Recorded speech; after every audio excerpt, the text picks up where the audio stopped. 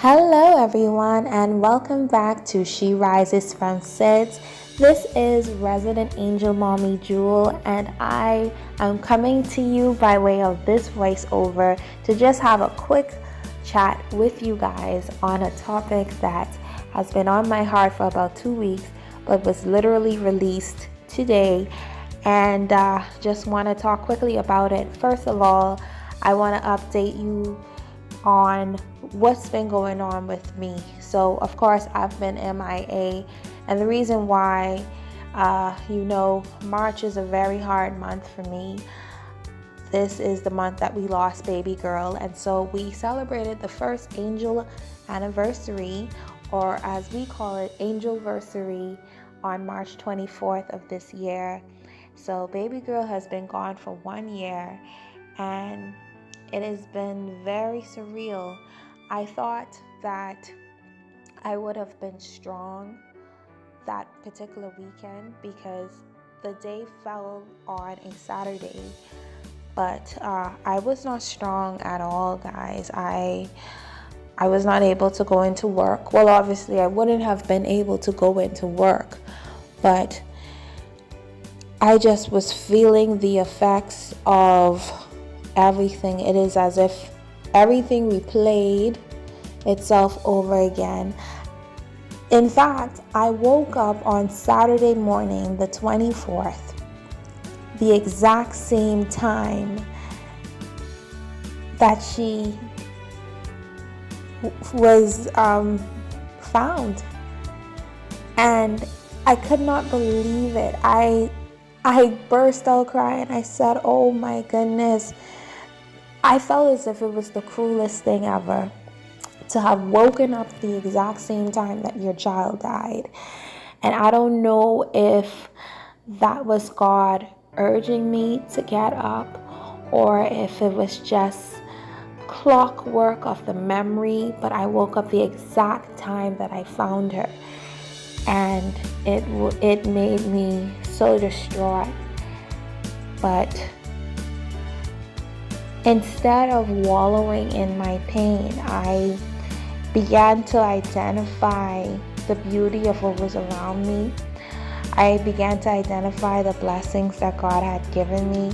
I began to see how far He brought me from the mind of someone who was depressed and broken to someone who is strong and is able to speak to others quite matter-of-factly on infant loss and this journey that I have been, I guess, blessed with. And I call it a blessing because when you identify why something occurred, you begin to see and feel the honor that God bestowed on you. To be trusted with an angel for 2 months, in my case, is a blessing and an honor. I literally saw the face of heaven in my daughter, and it's a quite humbling experience. Even speaking to moms just recently this week who have lost their babies, and being that first line of contact for many people who know of my story, and they immediately would go to the image of Darielle and say, "Let's contact Jewel and connect her with this mother or that mother.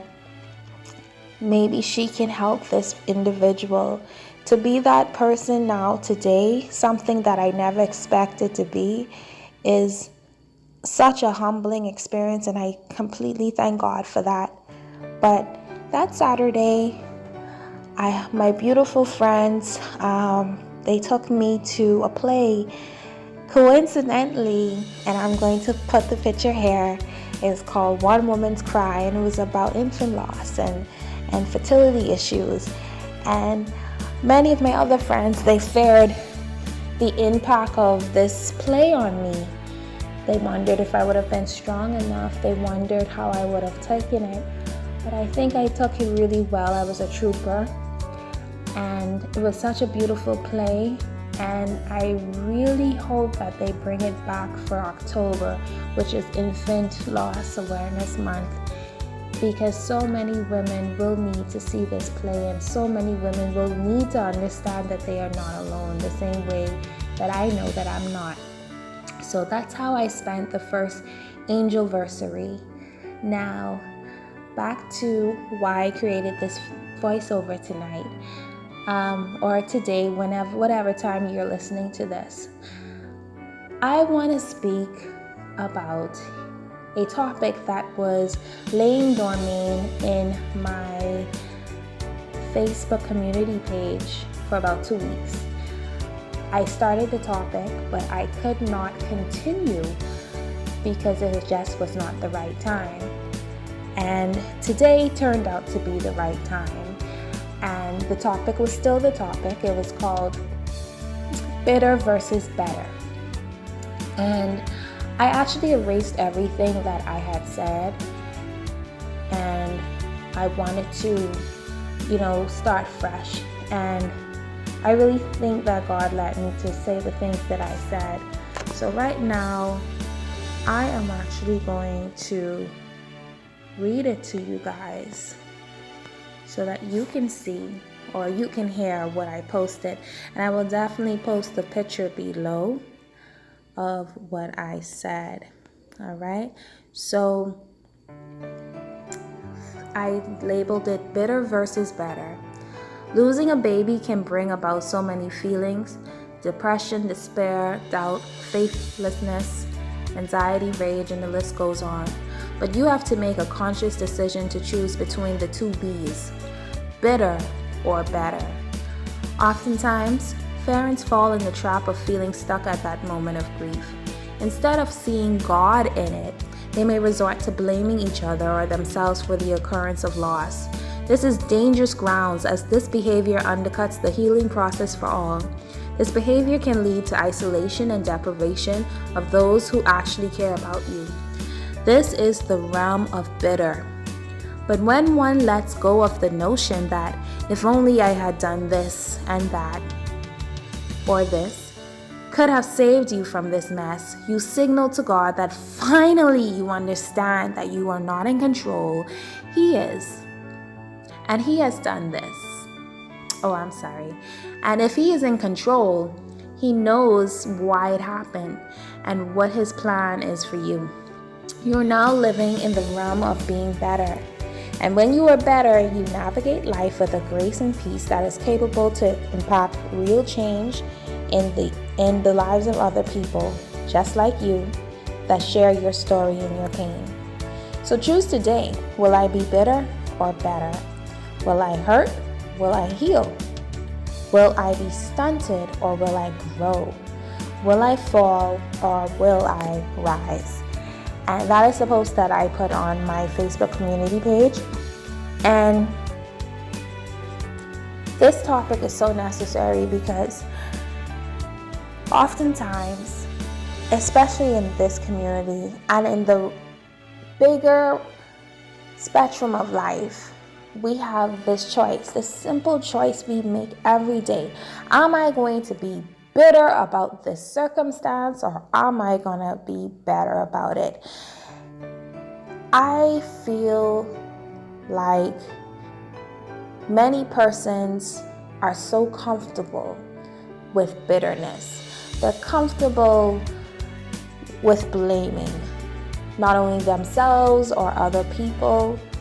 They feel comfortable in just staying in a certain place that gives them the excuse to behave in a certain way, or gives them the excuse to isolate themselves. And there's nothing wrong with wanting to be alone and having your lonely times. There's nothing wrong with that. But when it affects not only your life, your progress, and the people around you, that is a problem. And you have to identify when it becomes a problem. Once you identify that your bitterness is a problem, you have to take a step back and say, what am I doing here? What am I doing? I'm stuck. In the case of infant loss, there are issues and situations where you have mothers and fathers who are constantly blaming and constantly cursing and constantly raging and constantly seeking the help of alcohol and drugs just to numb the pain, only for that pain to come back in such a bigger raging monster than before. Is it really worth it? Is it really worth it? And so you have to ask yourself every day, am I going to be bitter about this or better? I remember when initially, when we lost the baby, I found myself asking God, why? Why? Why did this happen to me? Why did you choose me to have this to happen to? Why her? Why my baby? I constantly ask the question, why? And then my question turned to, who are you, God? And that switch came about when I had the realization that there was nothing that I could have done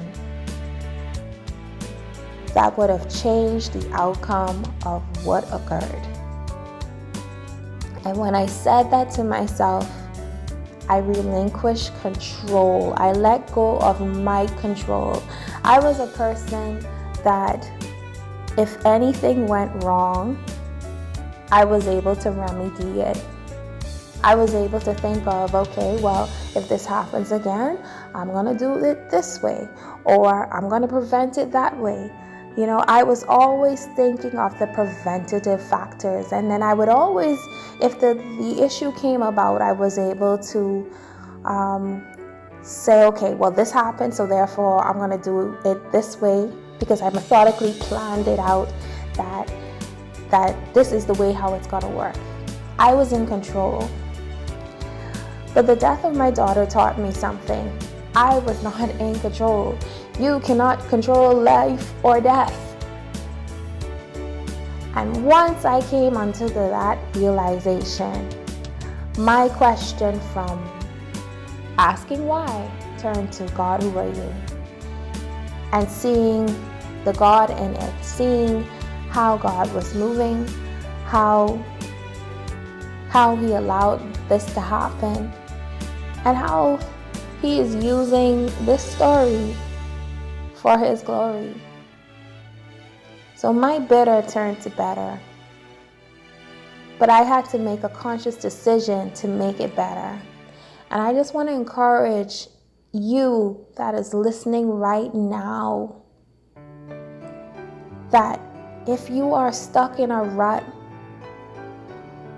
and you are crying every night and you are frustrated and your pain is so heavy that it hurts, it physically hurts, and Lord knows I've been there where I couldn't get out of bed because it physically hurt.